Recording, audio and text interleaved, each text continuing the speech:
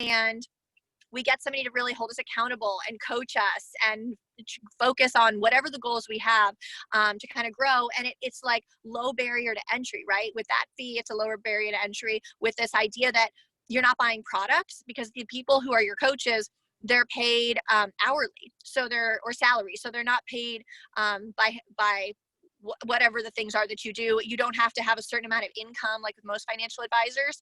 So I learned about this and I thought, oh my God, I would love to bring this to my past clients. So what I did was I reached out to them and I said, do you guys have courses that you teach? Could you turn it into a course? And indeed they do. They have like basic budgeting, retirement planning, investing. So they charged a few $1,000s for these 4 classes. And what I did was I got a couple other agents with me to buy into it. And then we each created our own Eventbrites and invited all of our Facebook worlds, our past clients, and we've gotten such a good response. I had 100 people sign up, and most of them I don't know them. So it's just random Facebook Eventbrite people who we are giving value to every week. There's a 1-hour call for 4 weeks. And so I definitely recommend, if anybody's interested in that, just pairing up, getting a few of you together, and you do your own Eventbrites, and that way you have the content information for those leads, and you're giving them value in a really unique way that no one had maybe ever considered before. So, but the thing there was we had so many people sign up between the 4 of us agents that we had to like do some paid business Zoom account. So that's what we did. You can cancel the Zoom account at any time, the paid business. So just FYI, it's $20 a month. So let's see. Also reaching out to past clients, that's really important, whether you do it through Facebook or email, making sure that you are reaching out to people. If they bought that second home from you, maybe they're interested in purchasing again, right? You don't want them to go to somebody else. So get them while it's hot. I mean, for us, I don't know how you guys are seeing it, but from my perspective, it's like all these people are trying to get the heck out of DC and go to the beach. Everybody wants that right now. So, this might be opportunity to sell to those people. So reach out to your past clients, see if they have other friends in the area who might be looking to buy, and reaching out to agents like me to say, hey, I've got this property. Would you mind putting this on your Facebook, seeing if anybody might be interested? I mean, that's a referral for me and it's a sale for you. So, definitely looking for those partnerships. What else did I have? Oh, another thing that I have recently done is, I guess I started in October doing online homebuyer classes. Nobody else is doing them here, and they have been very well attended. I would say I get 2 closed deals off of every class. I was doing them once a month, and now I'm doing them about every other week. So we'll see how that goes, if I need to kind of spread it out more. But that's been really great for us as well. And when you say online home buyer class, is it specific to first-time home buyer or any type of home buyer? Do you differentiate it, whether they're an investor or anything else? Any differentiation there? That's a really good question. I did take out first time from the title and just called it the world's most extraordinary home buyer class. And if you go to Eventbrite and you search for that, you're more than welcome to come to mine, steal whatever you want. I took that out just because I ended up having people sign up who were past clients of mine. Like, you weren't educated a lot, I feel, but I know, they came on, some of them came on with their friends because they wanted to sell. They're like, total evangelists for our business. And they're like, I'll go with you to the class. So they get on with them. But I wanted it to be really accessible. I wanted people to feel like you're going to get educated no matter where you're coming from, if you've done this before. And, personally, I think like for all your your agents, KW is the freaking best brokerage. You're the best trained agents. So if someone has bought with somebody else, I know that it's going to be different with us. So I think that's just kind of the approach and the assumption I take when we're doing those classes of you're going to learn a lot, even if you bought before. So the class name was the world's most extraordinary home buyer class. So if you Eventbrite or you just check my name, you'll see that too. So that's been really good. Oh, another thing, I just had like 2 more things, and then if you all want to ask questions. So for my team, trying to create a little bit more fun, togetherness, and accountability and prospecting. I started this thing called our SPG pod. So if you all do CrossFit, I don't actually do CrossFit, but they do this thing called the WOD, the workout of the day. And so I thought, what if we did a prospecting of the day? So what we did was we came up with this whole list, and I did it together. So it's not just me coming up with a list and saying, here are the things you all have to do, because if you don't bring your team into it, you're not going to get buy-in. So bringing everybody into it. And if you got a few people who don't have teams, like, get your 4 or 5 favorite agents and like create a Facebook group or create a text chain, and you guys have a phone call and come up with the list. And then you can do by alphabetical order, start with Anne. We'll start Monday, and you're going to decide which of the pods we're going to do. So the prospecting of the day. And so write up a list of like 20 or 25 things you could do, whether it's, reach out to 5 of your past clients and see how they're doing, whether it's writing, 5 notes to people, whether it's putting up a GoFundMe or something, or doing a, where you'll pick up canned goods from, a certain radius or that sort of thing. So just challenging each other, and you can make it fun and put prizes on it. We've been doing that every day. It ended up that it was like, just for anyone who has a team, like my team just kind of got a little tired of trying to choose like that small thing, right? Sometimes it's a small thing of trying to choose which one. They were willing to do it, but remembering that it was their turn to do it took a while. So now we created the list, and now I just choose one and text it to everybody. But that's worked out really well for us. And we're also doing sort of in-person social distancing events every week or every other week, which is funny because we didn't really do that before, maybe because we saw each other, pretty frequent, or every other week we would see each other on our team meetings, and then we do it via Zoom. But the other times it was in person. But I guess I just feel like my team needs me more than ever now. So I do try to like buy a bunch of food and have everybody over. And like this Saturday, we're going to do s'mores and drinks at my house, social distancing friendly. The only other thing, just a reminder to post twice a day. And what should the content be? Your personal stuff. What are you doing? Keep it really positive. Post about the beach. Post about your listings, something special. Post about your clients. Post about really great things that are happening in your area. Post about local businesses. And when you post about the market and what's going on, even if you steal like, maybe what your local association is putting out there, what the brokerage is putting out there, make sure that you explain what those things mean. Don't say days on market are this and inventory. First of all, a lot of people don't know what inventory means. So you want to explain and say there's more homes on the market right now, like it's loosening up for buyers, so there's more options available. Like, explain what those numbers mean so that you truly are working as a fiduciary and you're not just sharing information, because they could just find that on Google. So that's really my list.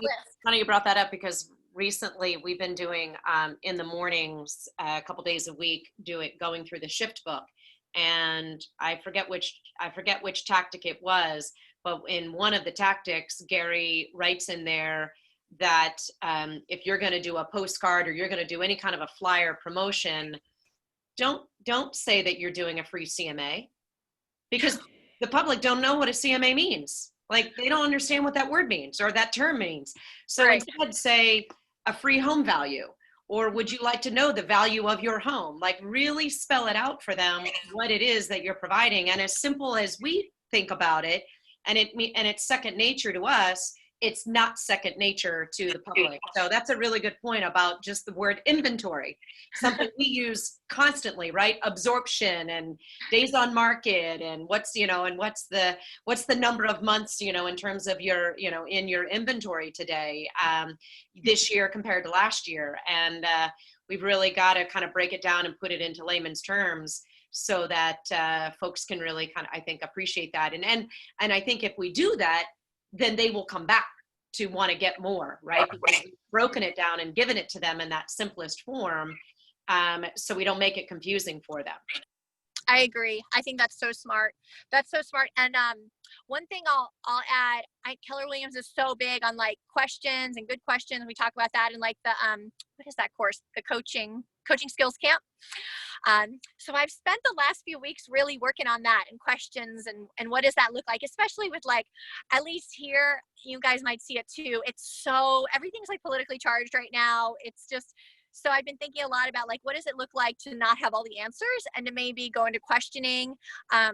So I got this book called, I've read a few books on questions, The Power of Questions. I think that was one of them. But I just got a recent one that I love that I want to recommend. It's called A More Beautiful Question.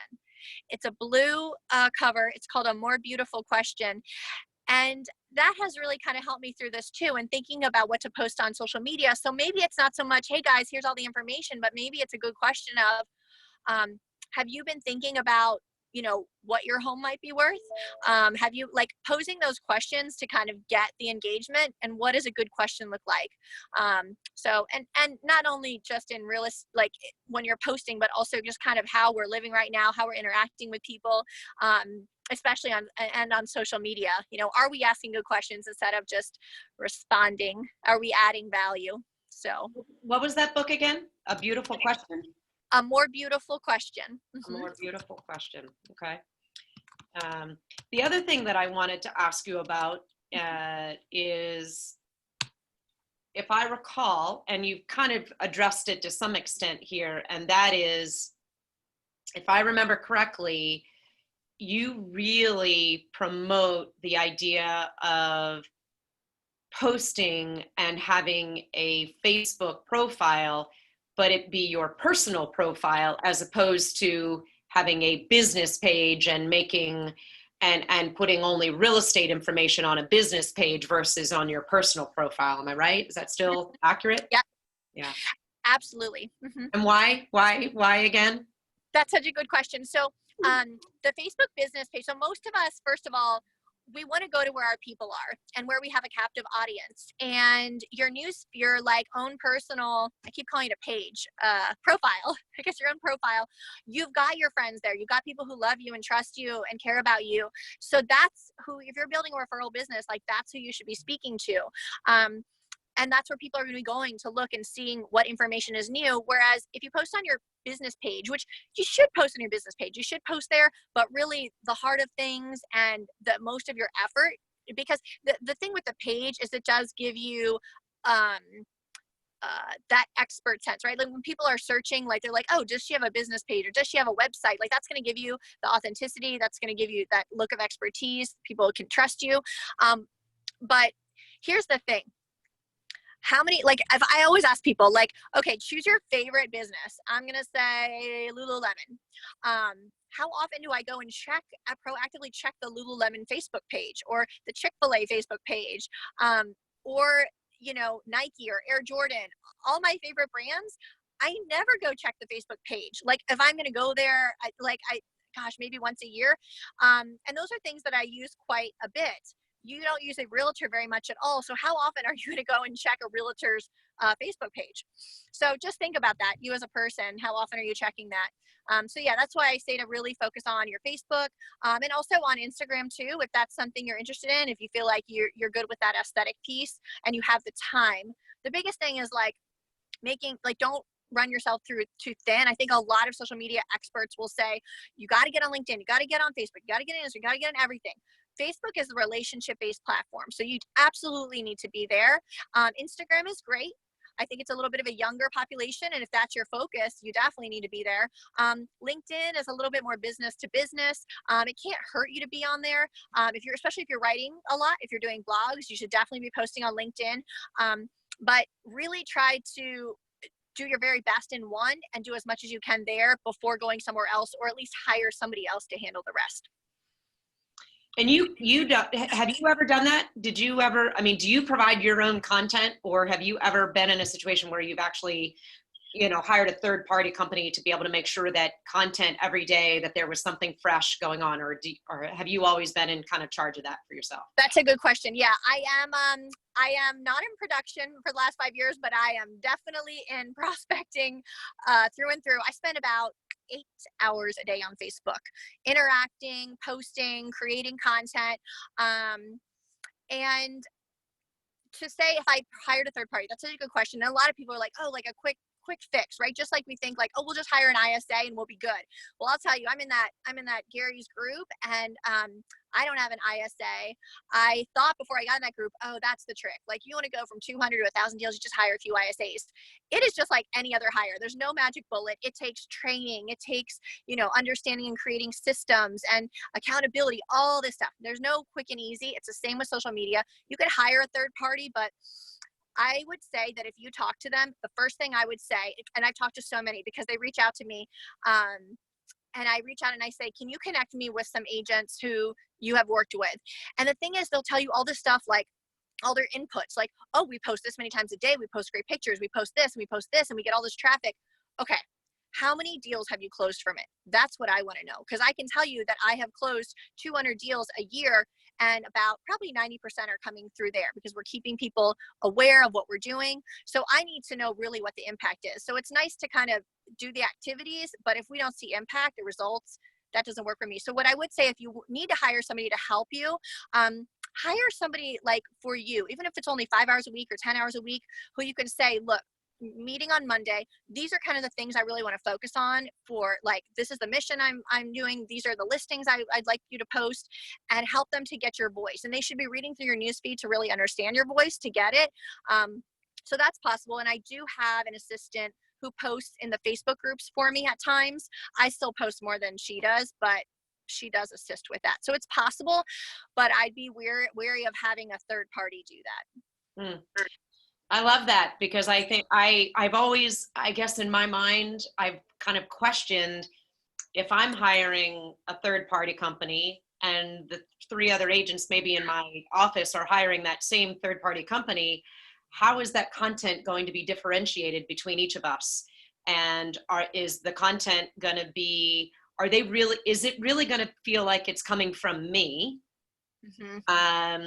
Versus is it going to be too vanilla? And so I really liked I really appreciated the fact that you shared that with us, because I'm sure that we've got folks on our call right now that, you know, kind of, they are in production. So therefore they're maybe contemplating and debating, like, gosh, you know, I don't have 8 hours to post on Facebook. So therefore, what's an alternative? And I love that, right? You could potentially bring somebody in just for a few hours to really get to know you, and to be able to have, you know, kind of come from your place and be your voice, to be able to get that message out there, versus having it feel, I don't know, not that impersonal. It's huge. I mean, that's what people are looking for now more than ever, is just like, there's actually another person on the end of that. So I think it's important. I did a long time ago have somebody who did that, and I connected that person with like 3 or 4 other agents in my market, and I would go through the news feed, and like, all those agents and all the pages were exactly like, it was just like you said, they were posting the same stuff. I'm like, oh gosh. So yeah, but I would say for those agents, but if you haven't found somebody yet, like, definitely look for somebody. And also know that, like, you know, they say spend an hour or 2 like prospecting. That can be your prospecting. Get up in the morning and make sure that you're posting something, 1 or 2 things, news feed, you know, going to other people's news feed and engaging with them. And maybe in the middle of the day, you do another check-in on that. That's really all it takes, I would say, to just kind of get that ball rolling. You're going to see a lot of results from that. And are you doing any Facebook ads, right? We've had a lot of discussion probably in the last 8 weeks about utilizing technology and command and leveraging the campaigns and being able to do Facebook ads and so forth. And you can only do Facebook ads if you have a business page. Yeah. You know, we've done a little bit. We put our listings on Facebook ads all the time, but we've done that for a long time and not really seen anything from it. Maybe if we put a more substantial amount of money toward it, and then we had somebody following up religiously. We do follow up religiously. We do have a system for that, but we don't get a lot of hits off of it. I know it's working for some people. One thing I would say, if you go and find somebody, because I did this, I went and talked to somebody. I said, okay, Facebook leads. We're gonna really put something behind this now. We've got the money, we've got the manpower. And it was interesting because when I talked to this guy, he's like, yeah, it's really messy, but I do get quite a bit of business from there. He probably sells like 25 homes a year just from the Facebook ads. And he put it, I said, what would you say the cost per lead is? And he gave me a number. I honestly can't remember now, but what he didn't do, like, it's one thing to say like how much you're actually paying for that particular ad. It's another thing to say, he was still in production and he's the one following up. So it's just like, I imagine those Zillow leads where like you get a call or you get a Facebook ad, you need to get onto it right away. And then it's usually pretty cold. So you got to keep calling and calling and calling. or contacting them, what is your time worth?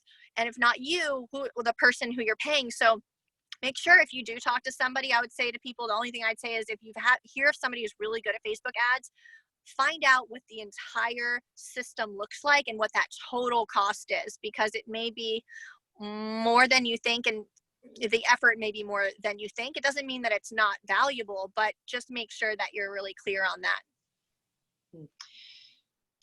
Are you with respect to mining, you kind of made me think about something. So somebody, whether you're putting your listings on Facebook or somebody, contacts you, have you gone so far as to mine your database, if you will, in Facebook to be able to download those names and then be able to email them? Or are you only interacting with them on Facebook?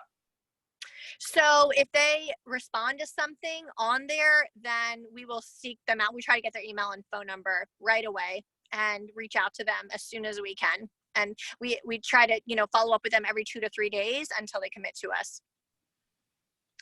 So if they are giving you their email and phone number, you're putting that then into another system, and that goes into some kind of you're putting them into a drip plan or smart plan of some sort. Is that correct? Yeah, absolutely. Mm-hmm. Okay. Yeah. And now, do each of you kind of manage your own sort of leads that are coming in, or are they all kind of coming into through for your entire team? Are they all coming into one place and you're assigning them accordingly? Yes, that's what happens. And my administrative assistant has been able to help a lot with that, because it has been a lot. Like with the home buyer class, we may have 20 people sign up, but only 5 people come. Either way, we're taking all that information, the 20 names, and we reach out to all the agents and we're like, who wants these? And then they are supposed to follow up for a month, every few days for an entire month. If they don't get a response, they go into one of our drip campaigns. So that's pretty much how we've been handling that. And do you feel like your messaging has been, obviously we started out, middle of March. Yeah. And the messaging at the time, and I don't know that it's necessarily changed. However, we may be asking maybe more for the business today than maybe we were asking for the business back in March. I think that what we heard was, right, the 4 C's, right? The care and, the call and the care and the compassion, that we were coming from that place and caring and coming from contribution. And do you feel like your messaging has changed? That's a good question. I do feel like, I feel like I wake up every day like a new agent, where I'm like, I have to get every client out there. Like this is a big opportunity, and I will chase anything. I will meet you, in an alley at 3 a.m. So I do wake up kind of with that mindset, and but not necessarily a fear mindset that just kind of pushes me. But I will say, when things kind of slow down, I'm looking at our numbers and I'm like, God, we're like not on pace of where we were last year. I do notice that some of my messaging is a little bit more forceful, a little more aggressive, a little more like, call us now if you want to, so I try to stay away from that, because I don't know how, I think you can do some of that. I think a little bit of that, like if you, Gary Vee calls it, he says it's, what does he call it? Something, jab, right hook. So he's like, basically like care, give everything you can, and then go for the ask. So I don't think that's bad, actually, to do that. I think just making sure that the messaging doesn't seem like it's coming from desperation or fear. I think it's like, this is the time. This is such a great time to purchase, because the interest rates are so low. We've got these great opportunities right by the water, or, a mile from the water, or however you want to sell it. So kind of selling it like that, always thinking about how is that going to benefit that person as opposed to benefiting you. I think that's just, perception is reality. And if the real estate agent is fearful and begging for business, me as a consumer, I don't know how confident I'm going to feel in the market if my expert is nervous about what's going on. So kind of just trying to come with confidence. But I don't think it's problematic to every now and then, just come out right with it and ask for the business. Right. Does anyone have any questions? I've obviously been asking Sheena all the questions. If anyone has a question, please unmute yourself. If you've got a question for Sheena, please ask.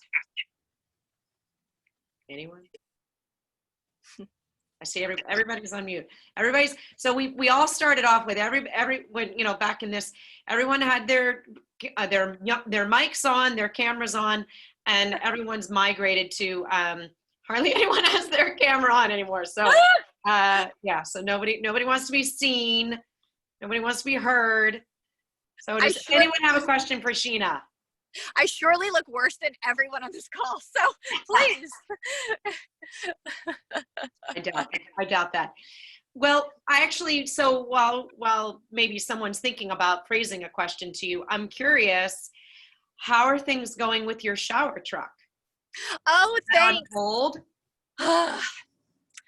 It's always something with the shower truck. So many of you know we have a shower truck for the homeless that we support in Baltimore. And we did have to keep it on hold for the first few months because we weren't allowed to have gatherings. And that, of course, requires gatherings. So we did get the okay from the mayor to start the shower truck a week ago. But when we turned on the shower, some of the pipes exploded, even though we'd done what we could to winterize. So the shower truck is being repaired now. We will go live the first week of June. And it's okay because it's given us a little more opportunity to kind of get the word out, start collecting toiletries and start collecting underwear. And anything about it's kind of like, I guess, it just gives us another opportunity to reach out to people, and we do that through Nextdoor and we do that through Facebook. So yeah, but we're excited to start again the first week of June. Great. And you know, there's some people on the call that probably remember obviously your message and what you shared with us last year, and that was probably one of the things that I had kind of learned about you before we had even first met. And I think it's just another great example. And you shared some of it earlier with respect to thinking out of the box, thinking about opportunities to give, and to also include your sphere, include your past clients, prospects, because people want, you know, if they know you've got a servant heart, then they might, you know, they would likely be more apt to want to do business with you. And so to not disregard them, but to include them in your efforts. And they get sticky because they get sticky to you because they feel as though they're they became part of that project. And Yep. They followed it. And so it was just a way for you to stay in touch with them, because as that project was growing and building and evolving, you were able to give constant updates to people, Mm-hmm. and people wanted to know what was going on. And so it was such a great, clever way to be able to stay in touch with your people that really didn't cost you, right? You didn't have to spend any marketing dollars, spend postcards to send it out. You were literally just keeping in touch with them via Facebook and letting them know what was going on. And you know, I think about that, and I think about that for ways for our folks that are, here we are in a second home market, and we are not seeing people all the time. And for a period of time, right, people couldn't travel into our state. And so by using social media, there's ways that we can let folks know what we're doing. And we've had agents that have made masks. We've had our Red Day was giving back to our local communities. And those are all opportunities that I think that you can share with your clients to let them know what you're doing and the organization that you're with, to put you in a really great light. So I completely agree. It doesn't cost anything, and the trick is to find an organization that is doing the work that has no end. For better or worse, like doing the work that has no end. There's always something to do. There are always ways to serve, whether you're serving on a board, whether you're giving money, whether you're getting people together to create supplies, creating awareness. There's a captive audience right now. So if you're not already doing that, definitely a great opportunity, and it sets you apart. It gives you that opportunity to reach out to people again, like your second home clientele, if they're thinking about buying again, or they have friends, a way to say like, hey, we're doing this, gives them another shout out. You know, they haven't heard from you in a while. They may be looking for other agents. Maybe they're looking at the listing agent for the next home they want to buy. So make sure you get in front of them. And this is a great and easy way.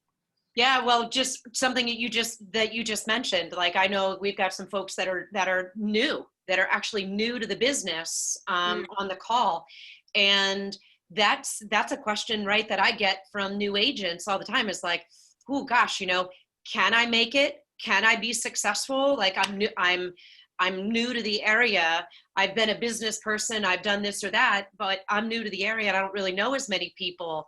And what you just shared is hopefully maybe planting some seeds in some people's minds as far as, oh, okay, well, you know what? Here's maybe a way that I can differentiate myself that other people are not doing, and you can kind of create that niche for yourself, you know, by doing that. So that's great, good message.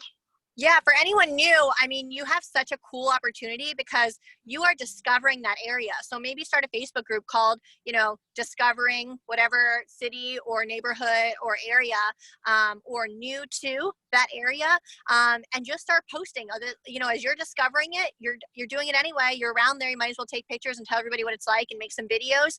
And people will hunt them. You know, people will come on vacation, and I know me with me and my kids, I'm always like checking the Facebook page, like, oh, where's the best place to eat? Where's the best place to do this? What's happening today? So I'll add that.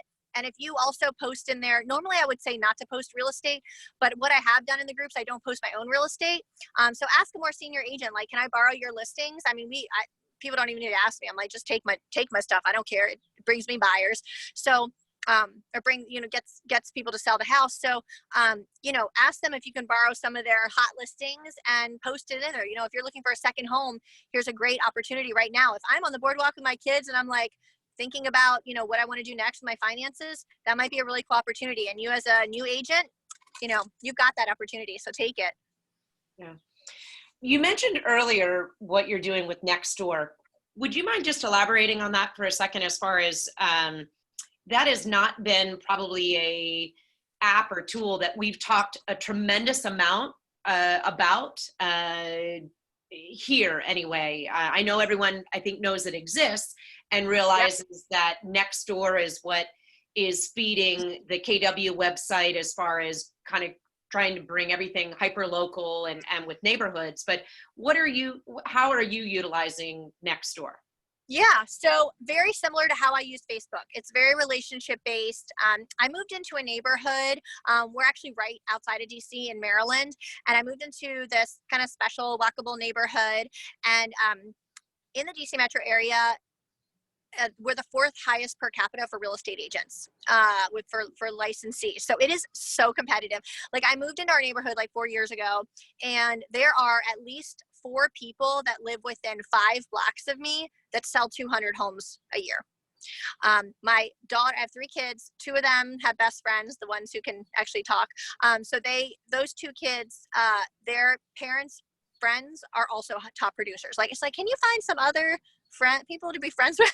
So we have realtors everywhere. Throw a stone out the window, you're going to hit 5 real estate agents. So it's very competitive. So I wasn't about to start postcarding, because that's just, it's, you know, with the numbers, that doesn't work. So what I did was everything we were doing for charity and for the community, we put it on Nextdoor. And I don't have a business account. I'm not paying for anything. This is all, you know, supporting our local businesses. So if I go to like our local bubble tea place, I'm going to take a picture and say how awesome it was. So start to get my name out there. And then all the events we throw, everything we do. So we do a father-daughter dance every year, and it benefits a local charity. We do a bake sale that benefits local charity, and the whole neighborhood comes out. In the 4 years that we've lived there, we get about a handful. It's not a tremendous amount, but you know, 5, 6, 7 deals is better than nothing, especially at an average price point of like 600, 700, 800. And people come to us because they're like, we see other real estate agents, they have like actual buildings here, but you do so much for the community that we want to work with you. So just posting on there for the shower truck. So and again, you don't need a shower truck to do this. You can have just a local organization that's always needing stuff, especially in-kind donations. Let's say you've got a place where you need diapers and stuff like that. So you're collecting on an as needed basis. So you go to Nextdoor and you say, hey, you know, the local diaper bank needs, you know, 5 boxes of size 2 diapers and some sensitive wipes. If anybody wants to give, we're collecting $5. If you want to give even just $5, when you ask for $5, people give 20, they give 100. It's crazy. Or you're actually asking for those particular donations. Or if anybody wants to drop those off, you can drop it off on my porch. And you say Saydam, you know, like we would say Saydam Properties Group is collecting. And so you can put your real estate information in there. And you're just collecting just like that. And you can set an appointment. So like they come to your porch when you're actually there and you can thank them. I actually created a receipt. It's basically a flyer in a flyer box that I have on my porch because I get so many donations for the shower truck. But I wanted to create like full circle because a lot of times people come and I'm not there. So what I did was I put a flyer box like you would for an open house, and I put this flyer, and I made a flyer that basically told the story of the shower truck, how our real estate team got involved, and it acts as a receipt. So when they say they're coming, I'm like, don't forget to take a receipt. So they take a receipt, and it says, you know, it has a spot for them to write in like what they donated, and then they hold on to that for the year before, you know, until tax time. So that's another thing that you can do to kind of complete that circle. Nice. That's great. That's great. Oh, Sandra is just putting on here. She's very active on Nextdoor, and it's been very rewarding in many ways. She helped someone find a cockatiel yesterday. She's promoted and hired vendors and requested support. So it's a great local network. So great. Well, I'm glad you're using it and glad it's working. So that's wonderful. Well, good. Mike Maykrantz asked, have you created any specific neighborhoods through Nextdoor that are more geographically targeted? In our area, they're very broad and they cover a large area. So yes, I would tend to agree with that. Yeah. Interesting. I guess ours, we have so many neighborhoods within a small area. So I don't know how it is with y'all's, but I can post to my neighborhood, or I can post to my neighborhood and the 17 next door. Is that not how it is for your area?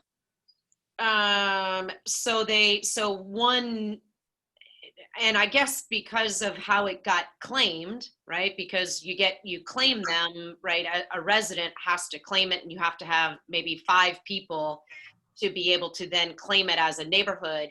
But one neighborhood could consist of 5 to 10 neighborhoods, and they're not so small like you would, like my neighborhood, for example. My neighborhood is lumped into a large geographic area, and there's probably 15 to 20 different neighborhoods within that area, but they all get lumped under one. Wow. So that's definitely a little bit of a challenge. Maybe when I post, I would say calling all, you know, blue neighborhood neighbors or something like that. Maybe start with that post every time, and then people get used to saying your name with that, and then you're the expert there. I'll try to think of some other ideas, but that's the best one I can come up with right now. Mike, is that kind of what you were getting at? Mike Maykrantz? You must be muted. Mike, unmute yourself. There you go. Yeah, that's all I was getting at, because as you know, Bridget, like Mystic Harbor covers from, I'm in Deer Point. It's Deer Point, Mystic Harbor, Bay Vista, Ocean Reef, Glen Riddle, Oyster Harbor. I mean, it's not specific in a traditional neighborhood geographic farming type of arrangement. And really in Ocean City, I mean, you know, there's buildings that have more units than some neighborhoods do. Yeah. And it doesn't seem like that has expanded anymore. And I was wondering if she knew the process to do that. I mean, do you need to have somebody in one neighborhood take the initiative to try to target their individual neighborhood? I'm not sure the logistics of how that all works, but I know it does push through to command, and so that is a stumbling block to use command to its maximum abilities because of it coming through Nextdoor. Such a good question. Yeah, I haven't faced that challenge, but I'd give it a go. Maybe reach out and say, hey, these are not like the same neighborhoods. What would it take, you know, to separate these out a little bit? Because I'd love to really be able to be a resource to and I wouldn't even necessarily say you're a real estate agent. I would say I just want to be a resource to my neighbors. And a lot of us have been talking about this, that, you know, if somebody posts about something, it's so far away from us that it's not really impactful, and it just kind of creates noise. That's kind of what I'd probably start with and see what they say. Have you created any neighborhoods yourself, or have you used just what was previously set up by people in those areas? Yeah, what's set up. I mean, we're really, we have 17 neighborhoods that I can post to from my address. Like it's very, I mean, they've done a great job with divisions. They've really divided it out by actual neighborhoods. So I haven't had to create anything. I didn't know that was a thing. So How Yeah. about buildings? Do you have any buildings like residential high-rise buildings in DC that are considered like their own neighborhood? that wouldn't be, yeah, that wouldn't be. It would be by sort of a few blocks around. Um, so Okay, thanks. yeah, but I would probably do a Facebook group for a building.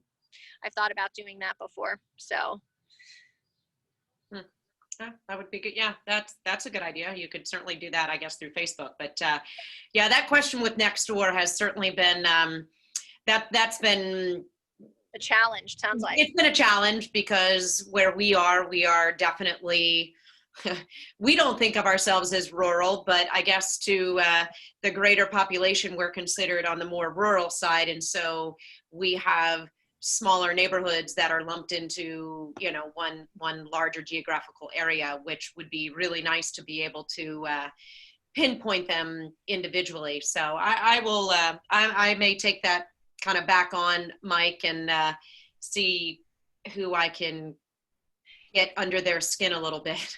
You know what? Why do you think? That could be a great way to reach out to your clients. That could be a great campaign for the next month to say, hey guys, anyone who lives in this neighborhood, here's the language I've written. If you can send this letter to this address and next door, this email address, and we'll just keep pumping them for this and trying to create our neighborhoods. That could be a great value add.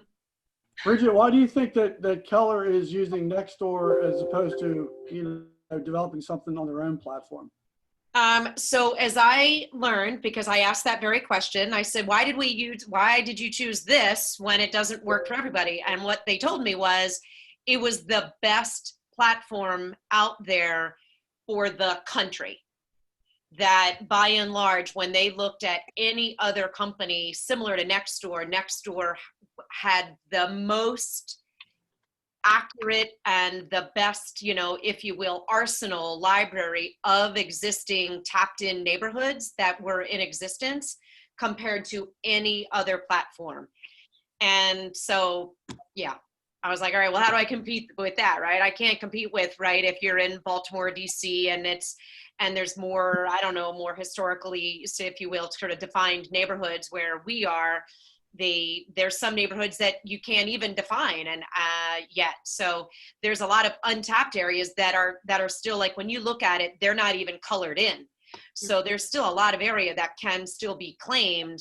And but it obviously that's where we run into some challenges, like when we try to use command and we do like a neighborhood watch, and you try to set somebody up on that neighborhood watch and you try to send them that data on their neighborhood. It's not maybe so specific to their neighborhood because it might consist of a larger area. So certainly something I'll get back on the horn on that one, Mike. Cool. Did you know that Nextdoor is owned by Zillow? Oh, stop it. Is that true? You think that'll help any? Stop it. All right. I don't know about that. I think Well, that Sheena, thank you, Sheena, so much for spending time with us. I really appreciate it. As always, you're just lovely and a doll, and I really appreciate it. And you're always so just clever and creative, and love how, you know, what you're doing with your business and what you're doing in your area. And hopefully we got some folks were able to take some nuggets away, and would love to have you back down to the beach at some point soon. I would love to too. Thank you guys so much for taking the time. I know you're all busy, and if you need anything else, just reach out, and hope to see you all soon. Awesome. Thank you, Sheena. Thank you. Thank you. All right. Take care. Okay, bye. All right. All right. Well, I hope everyone got something out of that and picked up some nuggets. And Mike, I'm gonna get back on the horn here and see if I can help with this Nextdoor stuff for us here in our area. See if I can get maybe some answers on that. And I hope everyone enjoys the rest of your Thursday. Bye, everyone. Thank you. Thank you. Bye. Appreciate it. Bye. Bye.